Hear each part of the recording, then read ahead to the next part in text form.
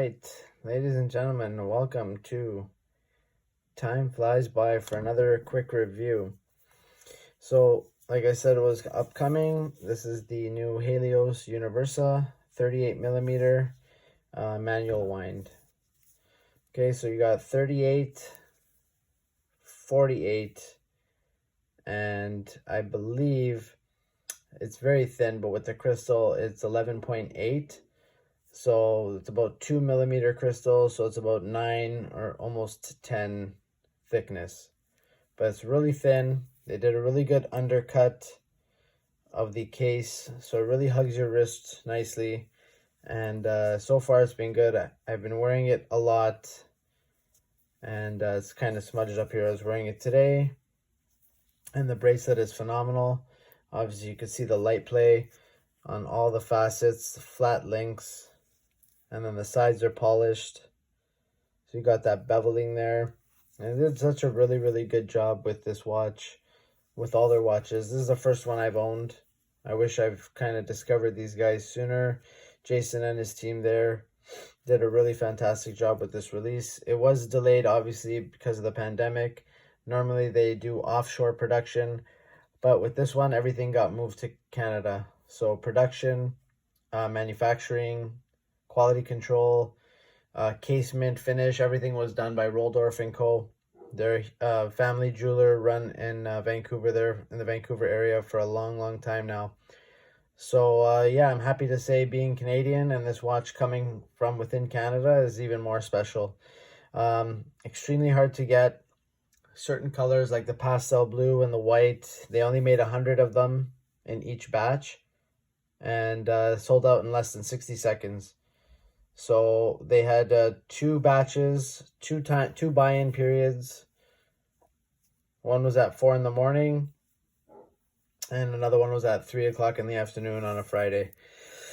So, you set your alarm. You know, it depends on how badly you want these. If that's an extreme thing and you're not into that, then you'll miss out on such a good opportunity. I wanted to see what all the fuss was about, and I'm glad I woke up at 4 in the morning to pull the trigger on this one. This wasn't my first choice. My first choice was either the pastel blue or the bathyal blue. And those were gone. The white was mentioned last possible second that it was actually going to be featured. And so they only made, I think, less than 100, only about 100 of the pastel blue. And so I settled on this one. And kind of glad that I did. I don't have a gray dial watch in my collection. I got black. I'm going to compare it. I'm going to bring a couple of watches here into the frame. So here's a black dial, 36, 37mm, right next to a 38mm. Obviously you have a bigger crown for winding. This crown here is sunken in. Everyone knows what this watch is, but this crown here is sunken in at the 4 o'clock position, so super comfortable. This one here also very comfortable as well. Okay, so I'm going to bring in another one as well. Just bear with me for a second. And here is a 38mm. So 2 38mm watches. This one is lug to lug of 47. And this is a lug to lug of 48. But you could see what a difference in case profile, case design. It looks like this is so much thicker. It is. But because of the crystal, because of the undercut, it doesn't look like all that much difference. This is 9.7 thin. This is 11.3. But like I said, with 2mm of that top hat box dome sapphire crystal, wow, amazing. I love it. I've been just, every time you look down, you see the crystal, and it's phenomenal. So yeah, no date. SW210-1 movement. I don't have a time grapher. Kind of working on getting one of those, but I do keep time accurately with one of these. Okay, it's gonna seem like it's not the best method, but being a G-Shock, being very reliable, being a quartz, it's super reliable. And these are set almost identical. So 7:49. You can see the time there. I've only had to set this watch once, and that's because I let it die. I wanted to see, you know, how good the hand winding was, how good the manual wind movement was, and so far it's been phenomenal. The feeling is great, the tactile feel is great, just the overall satisfaction of, you know, waking up in the morning and giving it 15 to 20 turns has been amazing. So here's the bracelet, and we're going to touch on the bracelet as well. So obviously here you have the Helios logo. You push down, and you get 6 slots of adjustment. So inside the clasp, I'm just going to show you the clasp here. 1 second. Wrist check for today. I got the Seiko Monster on a single pass adjustable bark and jack Storm Broadweave NATO. Super comfortable, perfect for the summer, and it's been a mainstay on this watch now for a while. Okay, so back to the Universa. Again, it looks like a black ring around the bezel, but it's all polished. You can see I've worn the hell out of this thing, and I'm not babying this watch at all. This was bought to be a beater. I'm not selling this watch, so don't really care what condition it's in. I know it's gonna last, but yeah, it's picked up its dings already. I got it beginning of May, so it's not even a full month, and yeah, it's pretty beat up, but I don't mind it. It's been able to handle the punishment, and yeah, so far so good. So back to the clasp. You have a push button here, and inside you got 6 slots for adjustment. So all you do is you push the button and you close it. You push, you open it, and it actually really makes a huge difference. For example, you know, you start the day off like this, okay? Put it on.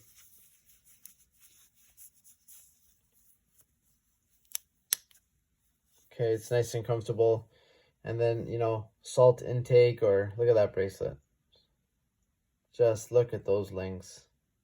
I even get distracted figuring out what I'm going to talk about. So you start the day on with, you know, kind of tight. And then as the day goes along and you're doing activities, or you just push the button and it extends.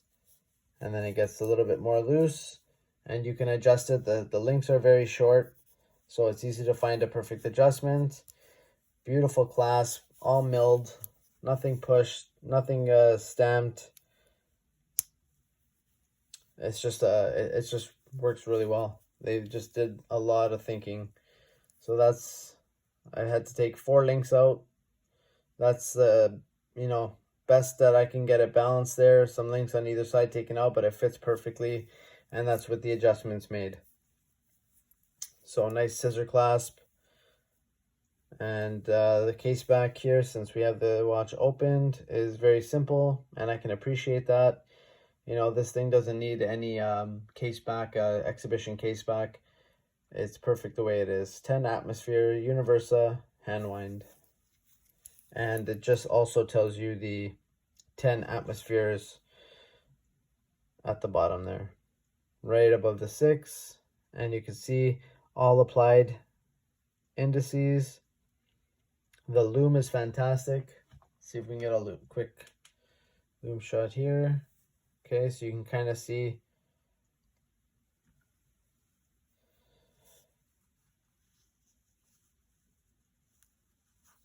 and it lasts throughout the night. Okay, so yeah, completely lasts throughout the night. I've worn this to sleep. I've worn it to bed. I'll go to bed at, you know, 10 o'clock. And at 5:30, 6 o'clock in the morning, it's still easy to read the time. So the movement is great. You know, in the past, Helios has used 905S or 905S, 9000 series Miyotas. They've used the ETA 2824, but this time they jumped to Sellita for this particular movement, and I couldn't be happier because, so it's the 200 series Sellita, but it's a hand wound. These guys here, the Mantas, they use the SW300 series, which is a step up. It's a better movement, and super accurate as well, these guys here. So these are my two favorite watches in my collection. But a close third is this Helios. I think these guys here, they're just a price, a step above. When I put this on, it feels more like a Rolex or a Tudor, to be honest. That's not an unfair statement. It's just robust. It is elegant and stylish and beautiful all at the same time. And yeah, I think the finishing is a touch better. Obviously, the cost, two different cost points. These are 1700 US, these are 700 US. So you can really see the difference. But for what you get at this price point, nothing's beating this. Nothing's beating this Helios at this price point for what they're doing. You're getting 100 meters. It's a push-pull crown, so non-screw down. They even thought of the no-date position. So customized movement by Sellita for this watch. The bracelet, just absolutely a rock star of a bracelet at this price point. Especially, they didn't have to do this micro adjust system. They could have just made a regular beautiful clasp with a nice bracelet, couple of links, half links, couple of micro adjusts on the side. But no, they went the extra distance. They made this clasp. They gave you this crystal. This crystal alone by itself is over $100 easy. Probably anywhere from 70 to 80, if not 100. These crystals are just not cheap. To even source these out is crazy. So you're getting applied indices, double faceted, multifaceted hands, and brushed and polished. Sorry about the light there. Let's focus. So you're getting a mixture of brushed and polished on the hands. You're getting that little loomed triangle pip at the second hands. And yeah. So if I had to put my money down again on a Helios in the $600 to $800 price range, it's going to beat a lot of the competition out. Sure, this is 1700 US, but like I said, when you put this on, it just feels like a quality watch. This has features on this watch that Tudor doesn't have. So I compare this right away to the Tudor Black Bay. Similar in size, similar in what it does, legibility, aesthetics, field watch, explorer watch, all that kind of jazz. This has a date. The Black Bay doesn't. The Black Bay also has a nice bracelet, but it doesn't have the patented micro address system as well. You're only going to find this stuff like on Rolex and all that kind of stuff. So I know Glasuta also has a push button system. Christopher Ward now has come out with a nice clasp system as well. I know Mito has a slide wetsuit adjustment, but this is just on a field or dress watch to have this with ceramic ball bearings right there. Yeah. So that's what you're getting for 1700 US compared to 700 US. Is it a far cry difference away? Absolutely not. Because I think a lot of people would just jump to this route, especially now since Helios has raised the bar and said, okay, so for a $700 watch, we're going to give you stuff that watches in the sub 2K or even $3,000 range watches have. And specifically talking about high quality finishing, good movements, and that bracelet that can adjust. So these are the thoughts about a month in, less than a month in on this watch. Obviously, honeymoon period is still in, but I think there's always a honeymoon period with Helios watches. Reading other people that have them, and it's almost like a cult following. The Jason there, the owner, he's a huge enthusiast. You guys heard it about it before. Just similar to the guys like that Wes and the guys that run Notice. They're watch enthusiasts. They love what they do.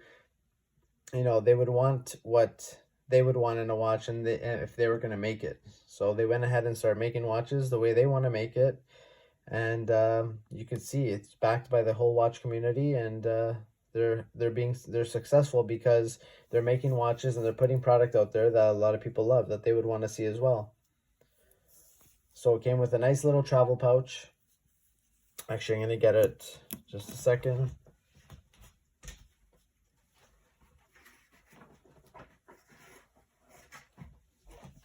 Sorry, I probably should have had that out. Here's the travel pouch that came with. Nice leather, smells great. Don't need a big jewelry box that comes with some other watches. Have a band, space for a band. I got space for a multi-tool. Now this didn't come with it. Obviously, that's an extra multi-tool that I have there. That's a Barton silicone band. And in this pocket, I just keep some of the spare links. Also, if you guys want, on my Instagram, head over and you're going to see all of the different straps that this watch works with. It is a strap monster. You know, at first with the lugs, the way they were shaped, I didn't know how well NATO straps or rubber bands or leather bands would fit. But so far, everything I've put on this watch has been a home run. It's super, super comfortable. It goes well with the Barkin Jack. It goes well with, you know, a whole plethora of straps that I have. And like I said, go on Instagram. Time flies by, 2020. Look me up. And you'll definitely see my posts. I'm gaining quite a bit of traction on there. A lot of followers and so forth. And yeah, go check it out. Just wanted to show you guys what my thoughts were on this watch. Stay tuned. There's going to be some more upcoming videos and content. I'm waiting for another strap to come in. This one is a special strap. And I also am waiting for another watch. So I will doing another unboxing. And the theme is going to be basically field watches. So here's two really expensive field watches for me, you know, and then military kind of style watches. And here's one of a cheaper one. So just a Timex Todd Snyder. I've done a video on this as well. You guys can go back and take a look. This is on a Vario broadweave green strap. So very similar to the Barkin Jack. Barkin Jack actually makes a green one like this, but they were sold out, so I went with this Vario one instead, and it's actually really good. The only difference is it doesn't have the floating keeper, but it's held up really, really well. So yeah, so field watch, as you can see, all within 40 to 38 millimeter. I'm liking the smaller sizes. This is not a field watch, kind of a sport watch with that red seconds hand, but yeah, 37 millimeters. And yeah, so that's where the community is going. I think all these watches are getting a little bit smaller. No one's going with really, like, this is the biggest I'll go. This is a 42 by 49.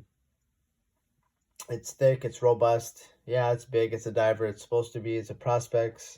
And this is a beast of a watch. It's been a little bit hot here, so I took the bracelet off. It works well in the NATO. No bulk. Still wears really well. All right, ladies and gentlemen, thank you. This has been a 1 month review of the Halios Universa.